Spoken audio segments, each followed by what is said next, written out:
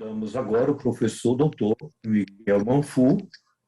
Professor Miguel Manfur é doutor em Psicologia Social pela Universidade de São Paulo, USP, e professor da Universidade Federal de Minas Gerais, UFMG. Com a palavra, o professor Miguel Manfur. Bem-vindo, professor. Muito obrigado pela acolhida, obrigado pelo convite. Sempre muito bacana, muito significativo para mim. Aí queria agradecer a professora Clélia, que sempre renova os convites. É muito prazer quando eu posso responder e colaborar, sempre com muita alegria. Eu agradeço também ao professor Everaldo, sempre muito cordial nessa recepção comigo. E quero parabenizar o grupo de pesquisa Teologia, Gênero e Educação, que já tem um caminho bastante consolidado aqui entre nós no Brasil, reunindo gente do Brasil todo e também sempre com essa atenção de reafirmar os laços de algumas atual aqui no Brasil, né? Particularmente a professora Angela Lisbelo, que tem sido uma presença constante e fundamental para o nosso caminho aqui no Brasil. Uma alegria para mim estar podendo colaborar de novo com vocês, em companhia da professora Ângela, com que eu tenho acompanhado desde lá da primeira viagem que ela teve ao Brasil, e com uma colaboração frutífera muito importante para mim e para muitos de nós. Uma alegria estar aqui do lado também do Padre Márcio, que igualmente eu me lembro muito claramente do dia que a gente se conheceu na Universidade de São Paulo, lá em Ribeirão Preto, com um momento muito cheio de vida e que certamente gerou muitos frutos para nós mesmos e para muitos de volta de nós, e que são frutos que ficam aí para o mundo, né? Eu queria agradecer muito a professora Angela Lisbelo por mais essa obra que ela coloca para nós, como o Padre Márcio colocou agora, que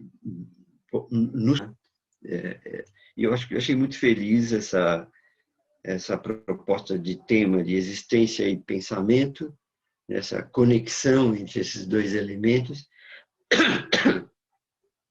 que marca profundamente essa obra, marca profundamente a obra de Edith Stein como da professora Angela Lisbelo. Eu acho que é uma provocação particularmente significativa para nós, e acho que marca também uma contribuição fundamental da fenomenologia. Eu queria, então, trazer a minha colocação, abrir esse tema, para depois a gente continuar conversando aí a partir das perguntas e dos comentários da professora Ângela. Então, eu queria comentar justamente essa interligação de existência e pensamento. Bom, primeiro, talvez vale a pena ressaltar que, nesse contexto, a gente está falando de existência certamente não no sentido heideggeriano, como seria uma condição humana em que o Dasein se surpreende lançado, de alguma maneira tendo que vivê-la, precisando lidar com essa condição, ao mesmo tempo em que é constituído por essa condição. Me parece que não é nesse sentido que estamos tratando aqui a questão da existência, mas mais no sentido personalista, na perspectiva da pessoa em sua constituição biopsico-espiritual, como abertura para a interioridade e para o mundo, para dentro e para fora, na expressão de Edith Stein, ao mesmo tempo constituída pelas tomadas de posição do sujeito na sua própria vivência e nas tomadas de posição do sujeito no seu mundo e nas relações interpessoais, de modo tal que ele se constitua numa incessante atualização do seu eu e uma incessante formulação de sentidos do seu ser no mundo. E assim que eu estou entendendo que a gente que seria o tema existência nessa perspectiva de fenomenologia clássica e personalista. Nesse sentido, a fecundação dessa mútua relação entre existência e pensamento, me parece que, do ponto de vista da existência, chama a atenção que existência ela está intimamente interrelacionada ao pensamento, superando uma leitura do viver como mecânico e anônimo,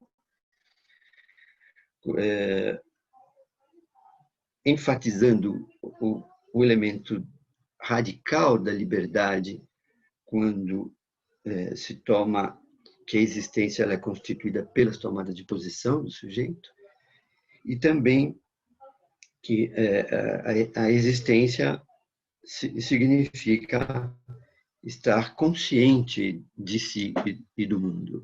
Esse esse dar-se conta sempre mais elaborado faz parte do existir humano. Então, a existência requer, chama em causa a questão do pensamento e fecunda, né? No sentido que fecunda o existir humano. Do ponto de vista do pensamento, pensar o pensamento interligado à existência, me parece que é um tema bastante caro para a fenomenologia, porque requer uma construção do conhecimento como o conhecimento humano, na perspectiva do ser humano,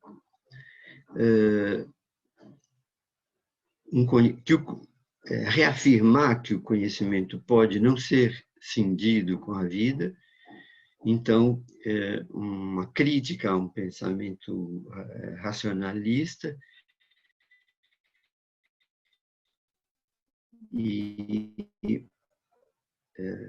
a possibilidade, a afirmação de que é um ser humano.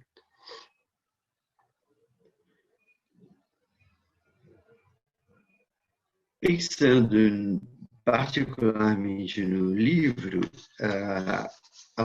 o que me chamou bastante atenção desde o início é que se trata de um livro de memórias. Mas me chamou bastante atenção o fato de que não é um livro sobre o passado. Isso acho que é bastante importante para a gente se dar conta, e também para a gente pensar a riqueza das contribuições que permanecem vivas para nós, mas também do que significa esse trabalho que o professor Ângelo oferece para nós. Se a gente pensa na perspectiva de memória do professor Maurice Halbwach, que foi sociólogo e psicólogo social, professor da Sorbonne e do Collège de France, morreu também no campo de concentração, na perseguição, era judeu, também foi perseguido, morreu no campo de concentração em 1945.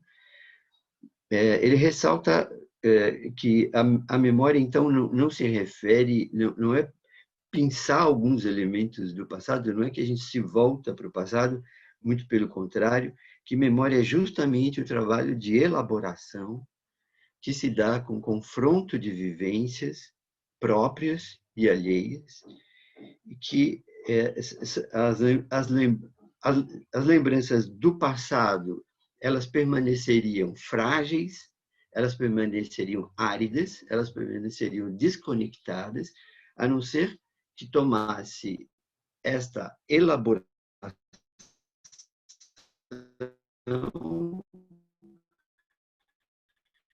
que toma vitalidade, porque esta vitalidade se refere ao apego, construção a partir desta relação com essas pessoas, com a vitalidade viva da relação com essas pessoas presentes ou passadas, não importa. Essa relação com elas é que dá vitalidade para essa reconstrução, de modo tal que aqueles elementos que a gente retoma das nossas lembranças não se refiram mais ao passado, mas têm vitalidade no presente e atuam no presente e constroem relações no presente. Me parece que o que a professora Ângela trouxe para nós, como um livro que a gente pode chamar, nesse sentido, de Maurice Halbwach, autenticamente um livro de memórias, é um livro de reelaboração. E reelaboração numa relação assumidamente interpessoal, assumidamente afetiva, assumida dessa vinculação viva, é que se reconstrói o pensamento, o percurso de ambas, de Edith Stein, aos olhos da professora Ângela, e se reconstrói o percurso da própria professora Ângela como uma contribuição que é oferecida para nós agora.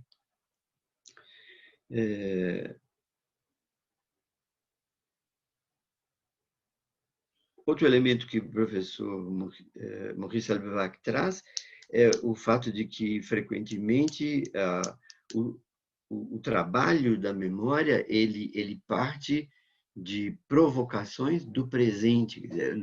A partir do horizonte do presente, nós lançamos interrogações para o percurso que nós temos, ou elementos do passado, nosso ou de outras pessoas, que é exatamente o que a gente foi verificando ao longo da leitura desse novo livro da professora Ângela. Tanto a partir do presente, da grande provocação da pandemia, quando a partir de temas que são assumidamente privilegiados pela professora Ângela, e com eles ela interroga o percurso de Edith Stein. Quer dizer, as preocupações presentes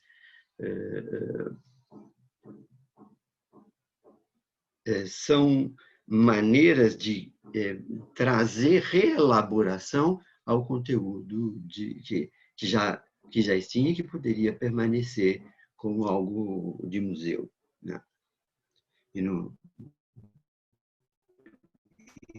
Então, com isso se retoma a vitalidade e a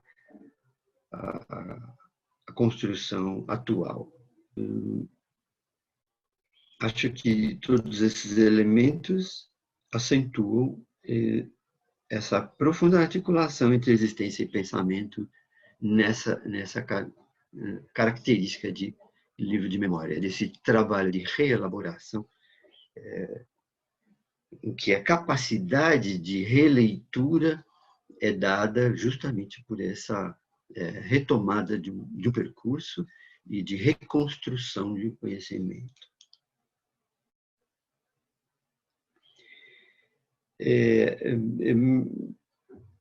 Eu queria trazer também dois elementos de cultura mais geral para a gente, só para chamar a atenção da gente para essa possibilidade de se ligar ao passado, não como coisa do passado, mas se ligar ao nosso percurso como atualidade, como presente, né? Um primeiro é de uma cultura muito popular, italiana, ator e cantor que eu gosto bastante, que se chama Lucio Dalla. Ele tem uma música que se chama justamente Passado e Presente. Ele fala: o passado é uma jovem diante de uma porta, e o presente são autoestradas infinitas. E ainda, o passado é um fogo que queima os pensamentos, e o presente é um arado que velozmente cava o coração por dentro. E o presente tem todos estes anos para fazer memória. Acho muito bonito isso, porque a gente tem esse horizonte infinito para reelaborar continuamente, né? A vitalidade do pensamento e da vida mesma, né? Gostei muito de relembrar essa canção do Lucio Dalla.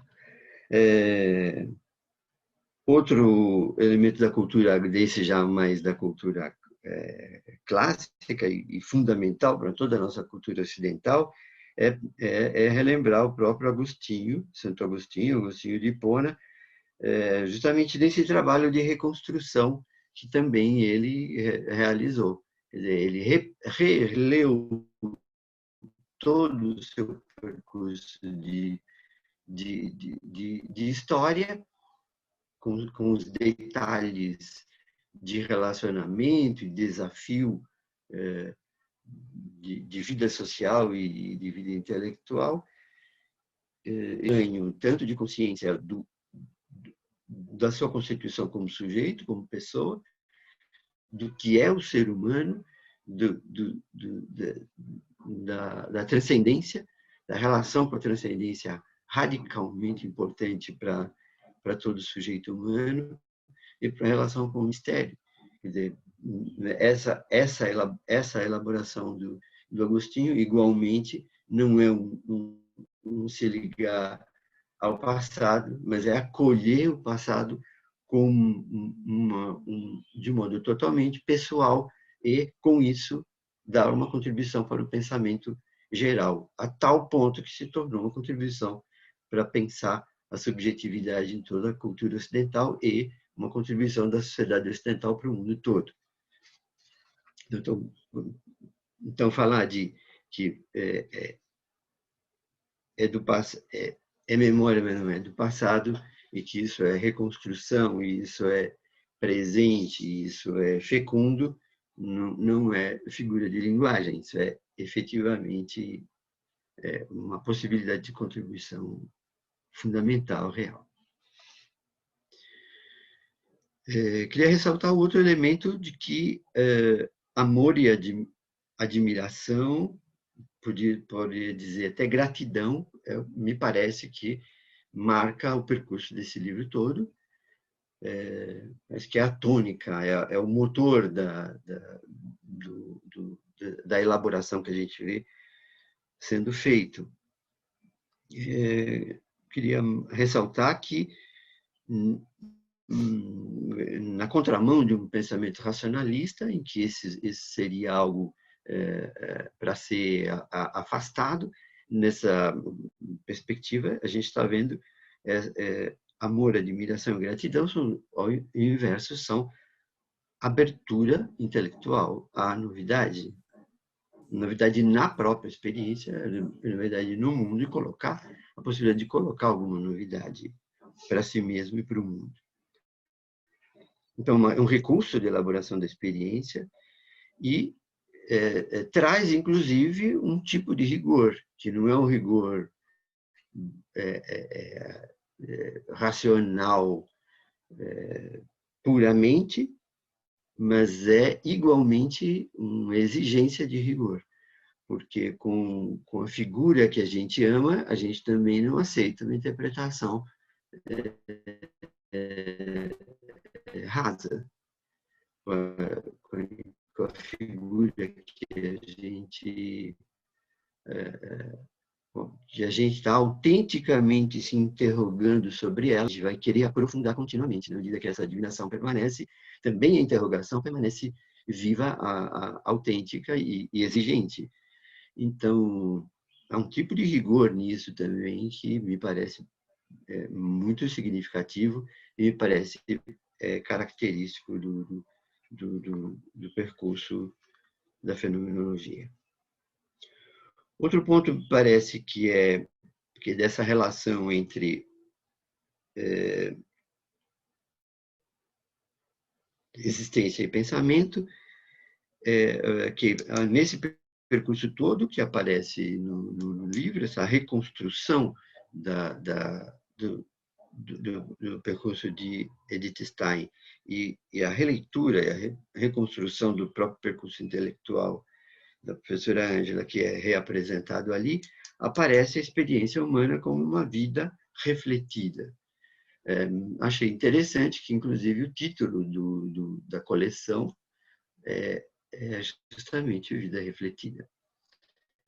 Vida reflexa. Então, acho que essa é uma marca também a existência. Queria ressaltar ainda algumas questões de método fenomenológico que me parecem que estão marcando esse percurso todo e que pode ajudar a gente a pensar, através da riqueza desse objeto, a riqueza do método.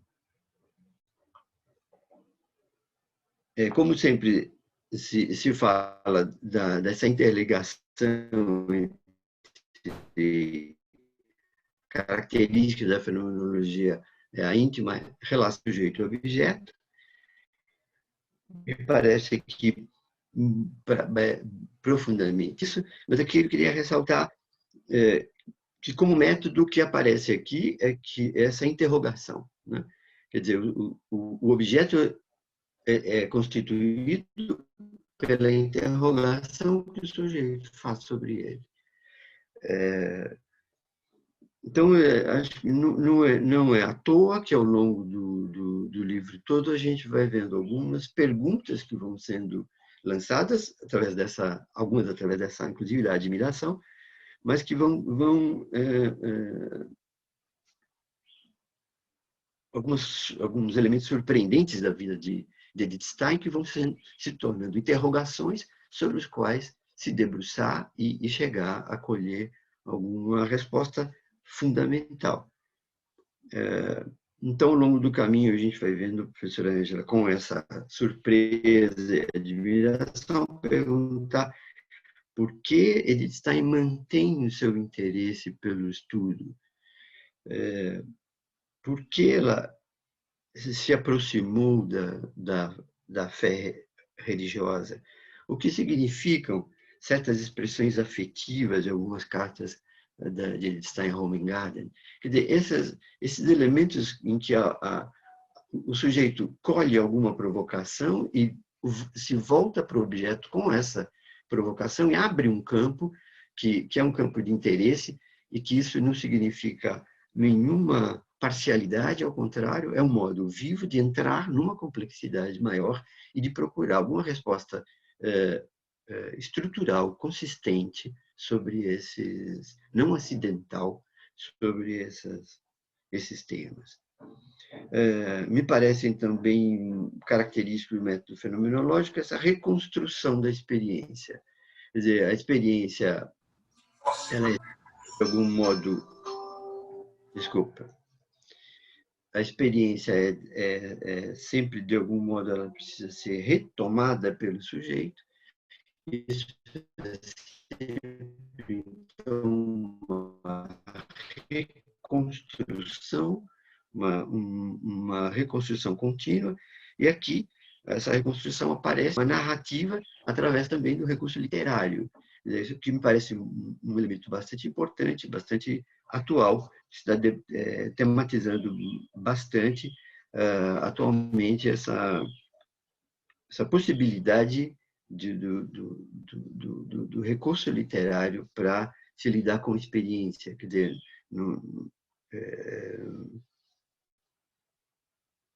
o que mostra também que a objetividade do conhecimento se refere ao conhecer a estrutura e não a objetividade da coisa, que também é próprio da fenomenologia. E também, no recurso literário, me pareceu particularmente importante essa reconstrução no estilo de diálogo. E diálogo no momento do isolamento, no momento da pandemia, o que mostra a necessária intersubjetividade para a tomada de posição pessoalizada por parte do sujeito. A necessária intersubjetividade para a vida do eu. Então, acho que nesse percurso todo, no caminho que a professora Ângela escolheu para reconstruir o percurso, fica evidente essa escolha de se manter em relação viva com personagens do seu percurso, particularmente com a própria Edith Stein, não só com o conteúdo do seu livro.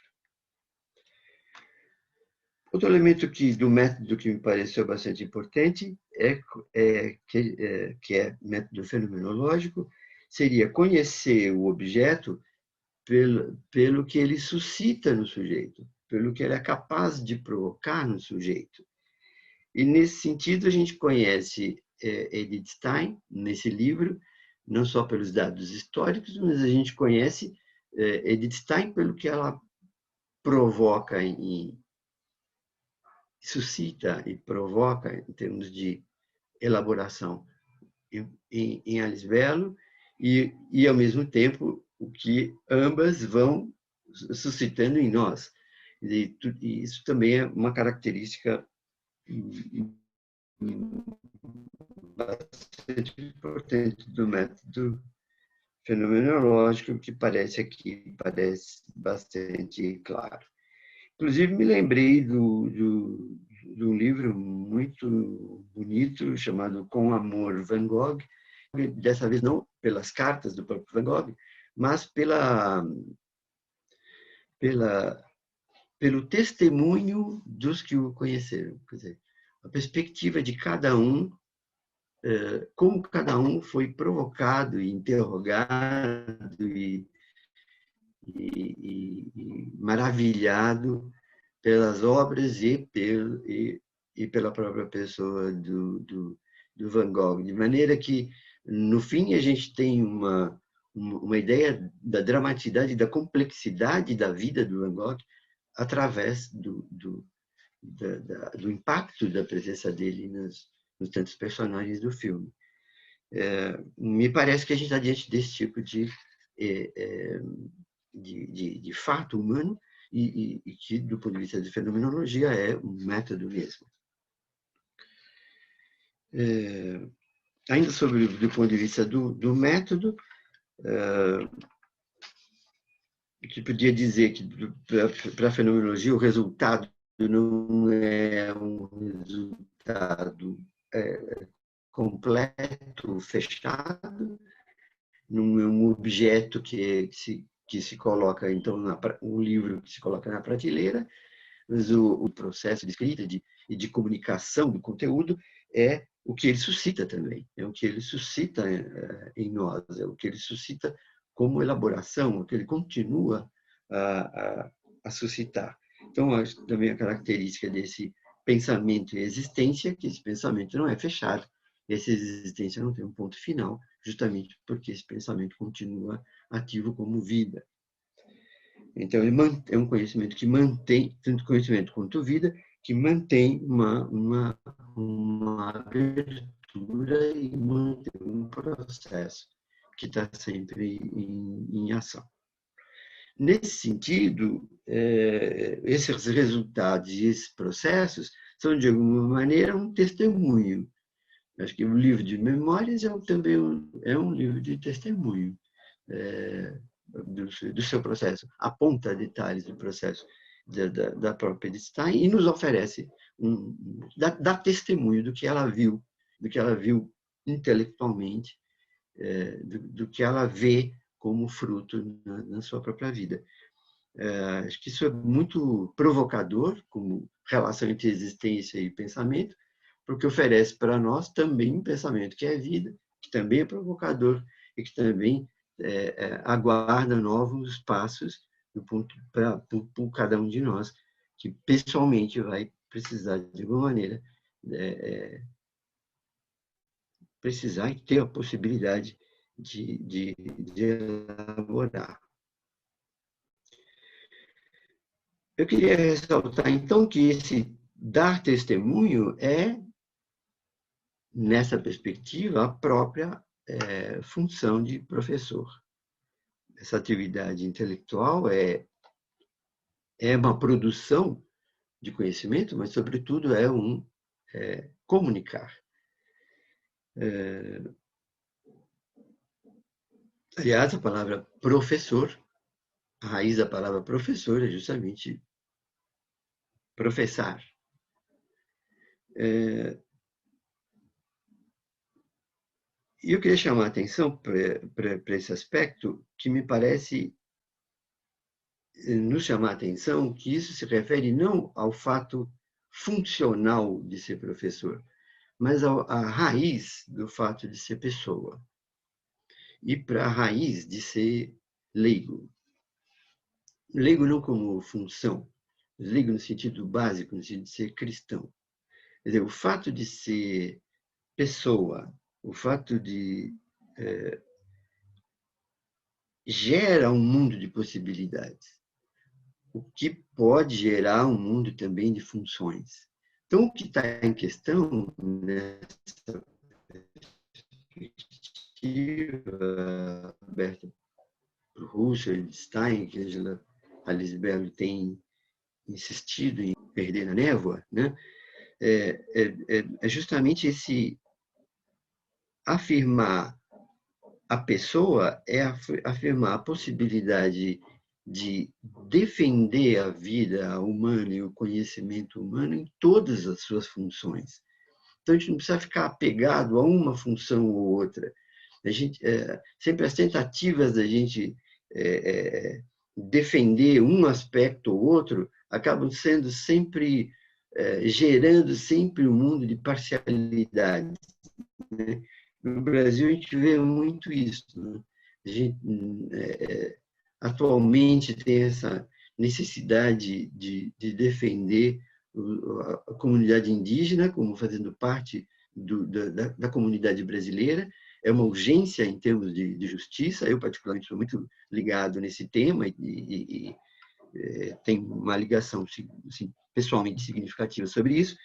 Mas a gente vê a dificuldade de lidar com isso, porque quanto mais você afirma essa identidade como indígena, a dificuldade de colar que isso faça parte da comunidade nacional. Quer dizer, quase que fosse uma violência para eles se eles se ligassem com a comunidade nacional.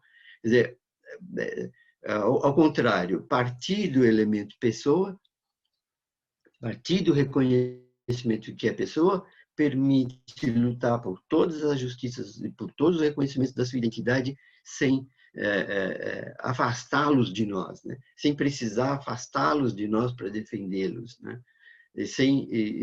Ou integrá-los em nós para que eles possam ser considerados gente. Não tem nada disso, né?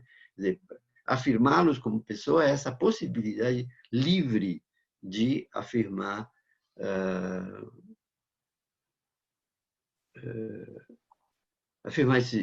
essa urgência de justiça e ser crítico em relação às limitações e os modos com que foram vistos.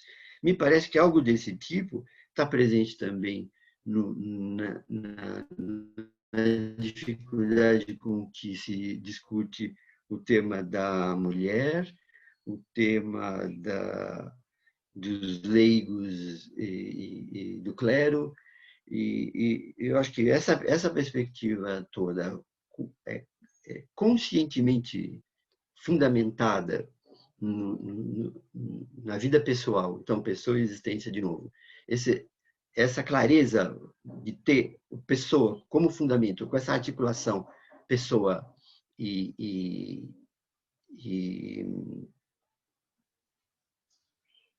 mundo, permite esse enfrentamento desses temas com profunda liberdade. Não é à toa que a professora Angela Lisbelo acentua que um dos elementos de memória de Papa João Paulo II proclamando que as mulheres foram as primeiras testemunhas da ressurreição de Cristo e, por isso, podem ensinar teologia, fazer parte do tribunal eclesiástico, fazer parte da gestão das paróquias.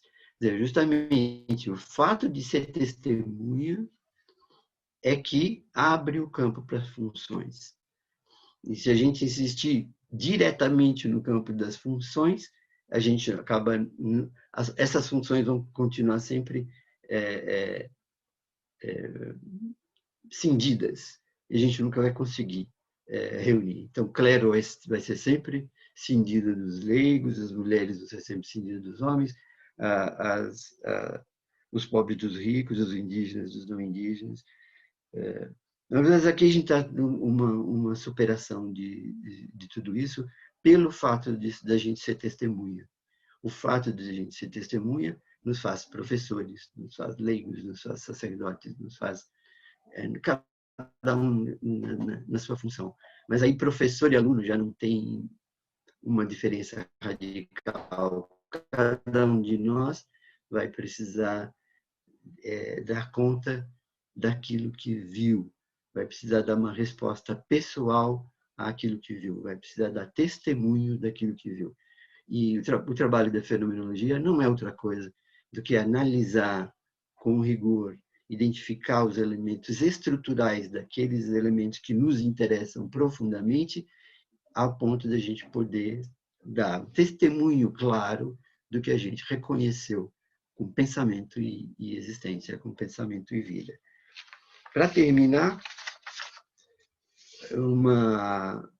queria trazer uma música uma letra da música de Violeta Parra, a cantora e compositora chilena, aquela música que todos nós conhecemos, que é Graças à la Vida, que me parece que é a síntese, pode ser visto como uma síntese de todo esse percurso que a gente comentou aqui, que é uma síntese, me parece, do percurso da obra da professora, de toda a obra da professora Angela Lisbelo, mas particularmente explícito nesta obra desse último livro.